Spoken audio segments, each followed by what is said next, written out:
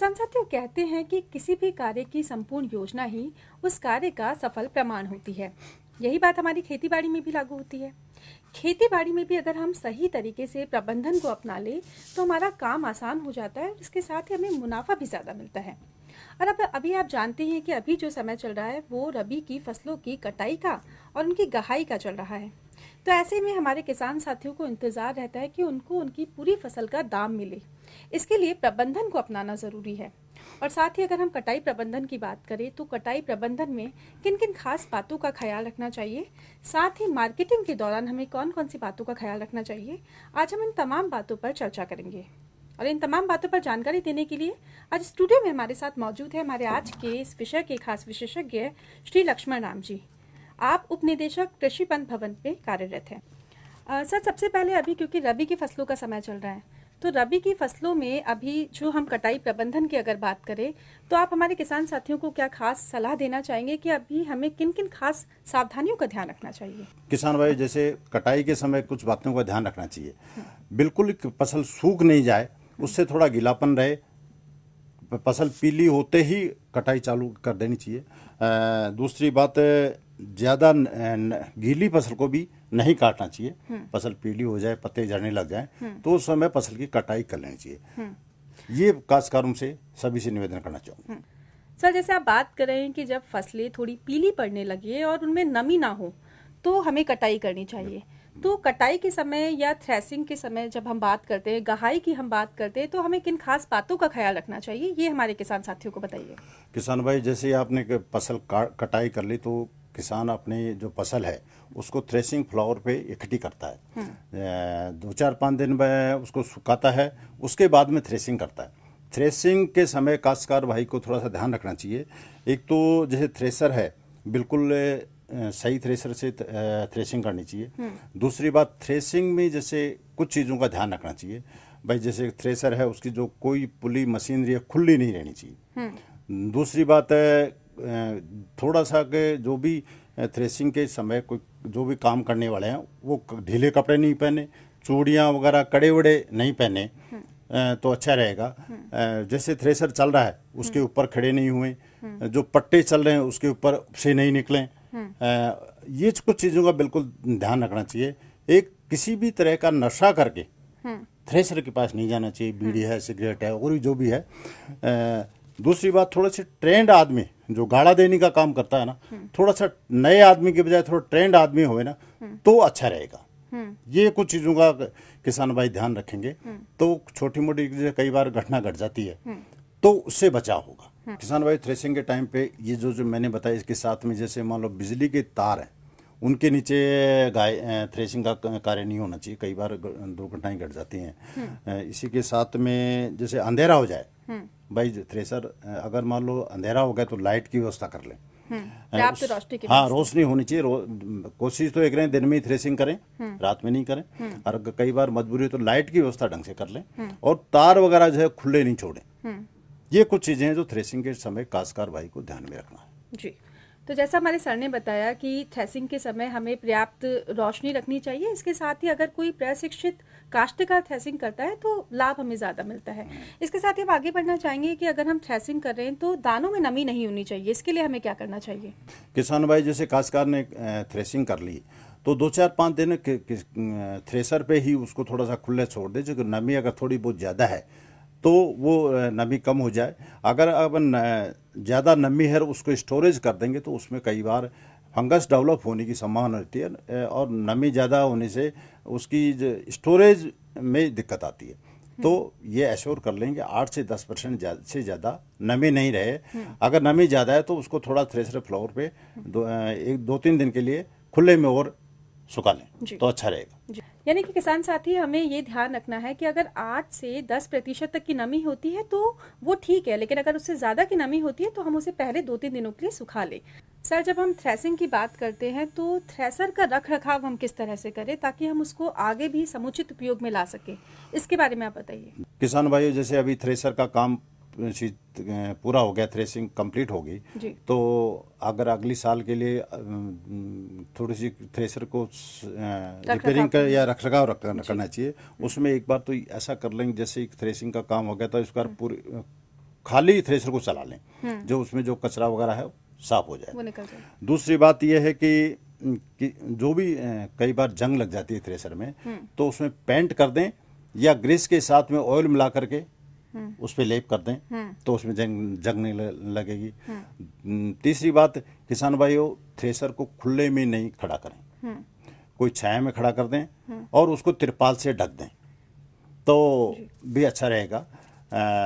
और जो भी जैसे मान लो उसके बियरिंग वगैरह है, उसको कैरोसिन तेल से साफ करके उसमें क्या नाम ग्रीस लगा दें जी। तो अगले साल बिल्कुल वो फ्रेश मिलेगा। अगर एक बार पूरी मशीन को देख लें, कहीं छोटी मोटी गड़बड़ है तो उसको बिल्कुल सही करके रखें तो अगले साल आराम से अपने को थ्रेसर तैयार मिलेगी। डॉक्टर साहब, अब जैसे दाना भी निकल गया है ना, अब हमारे किसान साथियों को इसको मंडी में लेकर जाना है, तो ऐसे समय में मंडी में ले जाते समय हमें किन खास बातों का ख्याल रखना चाहिए, इसके बारे में आप क्या बताना चाहेंगे? देखो, 2-3 बातों का ध्यान रखना चाहिए। एक तो थोड़ा सा बाजार भाव टेली कर लें, थोड़ा अच्छा भाव मिले जी। हमारा भी यही प्रयास रहता है कि भाई किसान भाई को वाजिब दाम मिले। तो मंडी में थोड़ा सा रेट का मालूम कर लें, अच्छी रेट मिले उस समय मंडी में जाएं, मोल भाव क्या चल रहा है, मोल भाव कर लें। दूसरी बात यह है कि ग्रेडिंग कर लें। मान लो थोड़ा कचरा जो भी अपना गेहूं है, जो है चना है, तो उसको साफ कर लें, उसके ग्रेडिंग कर लें। ग्रेडिंग करके अगर आप पैकिंग करोगे तो उसमें मंडी में अच्छा भाव मिलेगा जी। ये 2 बातों का बिल्कुल ध्यान रखें तो आपको वाजिब और अच्छा दाम मिलेगा जी।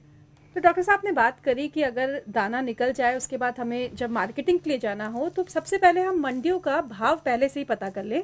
इसके साथ ही ग्रेडिंग के बारे में भी हम बात कर लें, और मंडी का भाव पता करने के लिए आपको मंडियों में जाने की जरूरत नहीं है। आजकल हमारे किसान साथी घर बैठे बैठे भी ऑनलाइन मंडियों का भाव पता कर सकते हैं। अब डॉक्टर साहब, जैसे स्टोरेज की हम बात करते हैं, किसी कारणवश हमारे किसान साथी मंडी नहीं जा पाए या मान लीजिए कि उन्हें उतना भाव नहीं मिल रहा जितना उनको चाहिए, तो ऐसे में हम स्टोरेज को कैसे करें, इसके बारे में आप क्या कहना चाहेंगे? किसान भाई? जैसे कि अगर मान लो वाजिब मंडी में भाव नहीं है या फिर अगली साल के लिए अपने बीज के लिए स्टोरेज करना है, तो स्टोरेज अपन कर सकते हैं आराम से। स्टोरेज के लिए अगर अगले साल अपने के बीज के लिए काम में लेना है तो मान लो जैसे अच्छा प्रोडक्शन आया, अच्छी उत्पादकता मिली, तो काश्तकार भाई चाहता है कि मैं अगले साल भी यही बीज बोऊं, तो इसको काश्तकार 8 से 10 महीने तक स्टोरेज कर सकता है। तो इसके लिए मैं एक डेल्टा मेथ्रिन 2.8 EC दवा आती है, उससे 1 क्विंटल जो भी धान है वो 1 क्विंटल में 8 ml दवा 1 लीटर पानी में उसका घोल बना करके उसको मिला करके जैसे उसको सुखा लें, फिर उसको स्टोरेज करेंगे तो 8-10 महीने तक अपने को आराम से स्टोरेज हो जाएगा और अगले साल बुआई के काम में ले सकते हैं। दूसरी बात, अगर मान लो आप अपने को बाजार भाव के हिसाब से थोड़ा रोकना है तो जहाँ भी आप स्टोरेज करें तो वहाँ ये सुनिश्चित कर लें कि वहाँ कोई कीड़े तो नहीं है जी।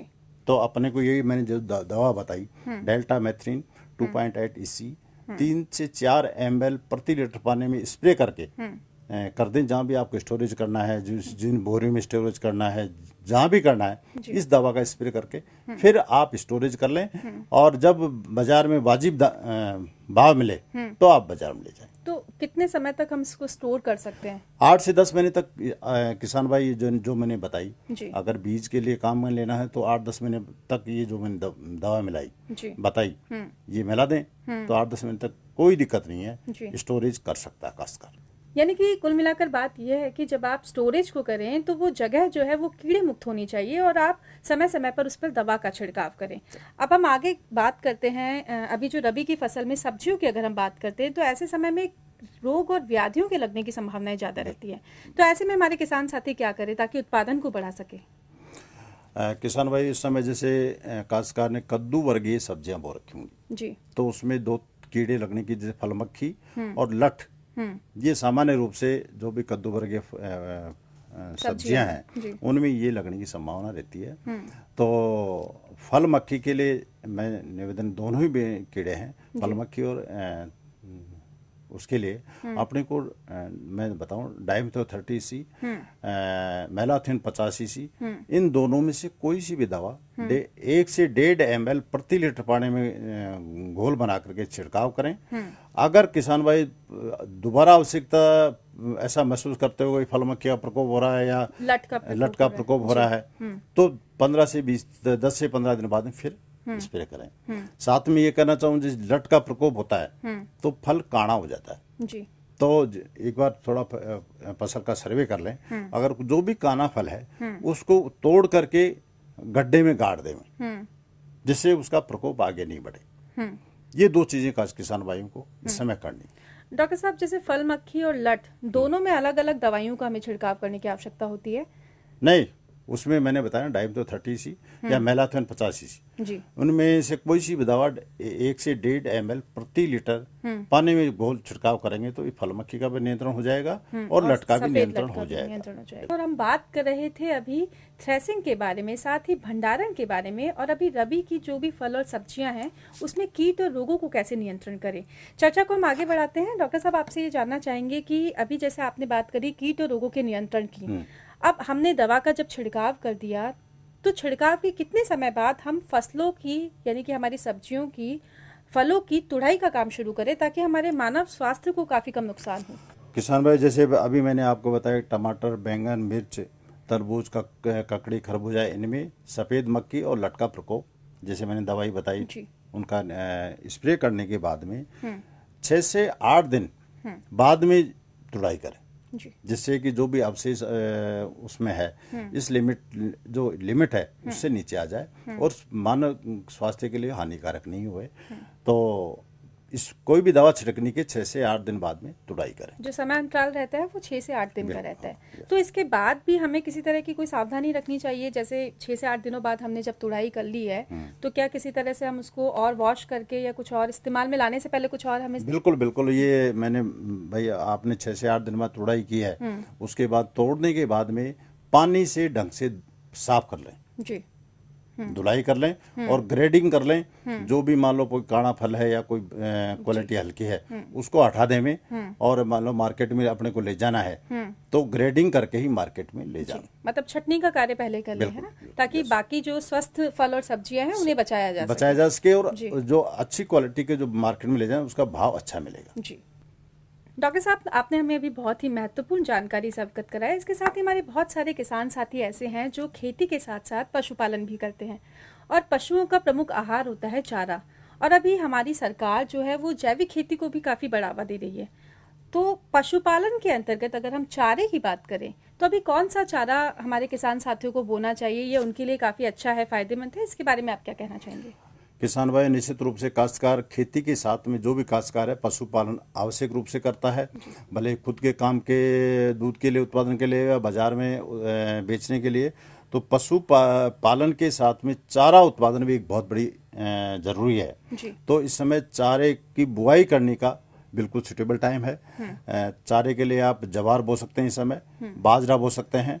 जहाँ पानी की सुविधा है तो चारे की बुआई करने का उचित समय है। किसान भाइयों जैसे अभी मैं बता रहा था कि भाई इस समय जवार और बाजरे की चारे की फसल बुआई करने का समय है। तो इस जैसे किस्म की बात करें MP3 की बुआई कर सकते हैं, SSG चरी आती है उसकी बुआई कर सकते हैं, राशि को एक बाजरा की चरी आती है उसकी बुआई कर सकते हैं। और भी कई तरह की बाजरा और जवार के चारे के बीज किसान भाइयों उपलब्ध हैं तो उनकी बुआई करने का ये बिल्कुल सुटेबल टाइम है। वैसे तो डॉक्टर साहब आपने हमें काफ़ी महत्वपूर्ण जानकारियों से अवगत कराया, हमारे किसान साथियों को काफ़ी महत्वपूर्ण जानकारियां दी। लेकिन इसके अलावा अगर हम जाते जाते आपसे कोई एक छोटा सा संदेश जानना चाहे तो आप हमारे किसान साथियों को क्या कहना चाहेंगे? किसान भाई जैसे अभी अपन चर्चा कर रहे थे कि भाई किसान ने थ्रेसिंग कर लिया तो काश्तकार भाई क्या करते हैं, जैसे गेहूँ है, जो है, चना है, उनके जो थ्रेसर पे अवशेष बचा है, खेत में अवशेष बचा है, कई बार काश्तकार उसको जला देता है। तो मेरा किसान भाई से ये निवेदन है उसको जलाएं नहीं क्योंकि उसमें पोषक तत्व होते हैं। तो सभी किसान भाई से मेरा निवेदन है कि उनको जलाने के बजाय आप पूरे खेत में फैला दें और 20 से 25 किलो यूरिया जी। भी प्रति हेक्टर उसको छिड़काव करके गहरी जुताई कर दें। अगर मान लो नमी की कमी है तो एक बार फौरा चला दें। जब नमी उचित हो जाए तो गहरी जुताई कर दें तो अपने खेत की उत्पादकता बढ़ेगी और जो खर्चा अपन करते हैं वो भी कम होगा जी। और जो तीसरी बात, अब जैसे मान लो अपन फसल अवशेष को जलाएंगे तो उसमें वातावरण में जो दूषित होता है उससे भी अपने को बचाव होगा जी। तो सभी किसान भाई से मेरा निवेदन है कि फसल अवशेष को बचाने के बजाय मिट्टी में मिला दें, गहरी जुताई कर दें तो उसका मिट्टी की उत्पादकता बढ़ेगी और उसमें खर्चा जो लागत है वो भी कम होगी और प्रदूषण भी कम होगा। साथ में किसान भाई, ये तो अपनी बात हुई फसल अवशेषों की। एक दूसरी बात मैं ये कहना चाहूँ, काश्तकार भाई जो भी अपनी गोबर की खाद है उसको खुले में डालता है तो खुले में नहीं डाल करके किसान भाई उसको गड्ढे में डाले तो इसके लिए 15 बाई 5 बाई 3 15 फीट लंबा, 5 फीट चौड़ा और 3 फीट गहरा गड्ढा बना करके जो जैसे मान लो गोबर की खाद है, जो भी खलिहान का अवशेष है और जो भी अपने पशु का जो चारे का अवशेष है वो या अपनी रसोई का अवशेष है, गोबर डाल दिया, उसके बाद में अवशेष डाल दिए, फिर गोबर डाल दिया। और मैं तो ये कहूँगा कि अगर काश्तकार भाई सिंगल सुपर फास्फेट एक जो मैंने साइज बताई 15 बाई 5 बाई 3 उसमें 1-2 कट्टे एसएसपी के बाजार से ले आए और सरकार भी इसमें अनुदान पे भी निःशुल्क उपलब्ध कराती है तो वो एसएसपी के 2 कट्टे एक गड्ढे में डाल देगा तो उससे और भी पौष्टिक बढ़ जाएगी और आपका जो अपन गोबर की खाद है खुले में डालते हैं उसके बजाय बहुत बढ़िया काम हो जाएगा जी। यानी कि डॉक्टर साहब कुल मिलाकर बात ये है कि अगर हम फसल अवशेष की बात करते हैं तो हम अवशेष को फेंके नहीं बल्कि उसको हम गड्ढों में दबा दें ताकि उससे भूमि की उर्वरा शक्ति बढ़े, उसका उत्पादन बढ़े। और ऐसा करने से हमें आम के आम और गुठलियों के दाम भी मिलते हैं, इसमें हमें लागत भी कम आती है और मुनाफा भी ज़्यादा मिलता है। और साथ ही आप बात कर रहे थे गोबर की खाद की, तो हमारे किसान साथी गोबर की खाद को भी इधर उधर व्यर्थ ना करें, उसे भी वो गड्ढों में दबा दें। इससे न केवल पौष्टिकता बढ़ेगी बल्कि उत्पादन भी ज़्यादा होगा, भूमि की उर्वरा शक्ति भी बढ़ेगी, उत्पादन भी बढ़ेगा और हमारे किसान साथियों को आर्थिक लाभ भी ज़्यादा होगा। डॉक्टर साहब, आप हमारे कार्यक्रम में आए और आपने ढेर सारी जानकारियों से हमारे किसान साथियों को लाभान्वित किया। अपना अमूल्य समय अपना चर्चा के लिए आपने निकाला, इसके लिए आपका बहुत बहुत धन्यवाद। नमस्कार।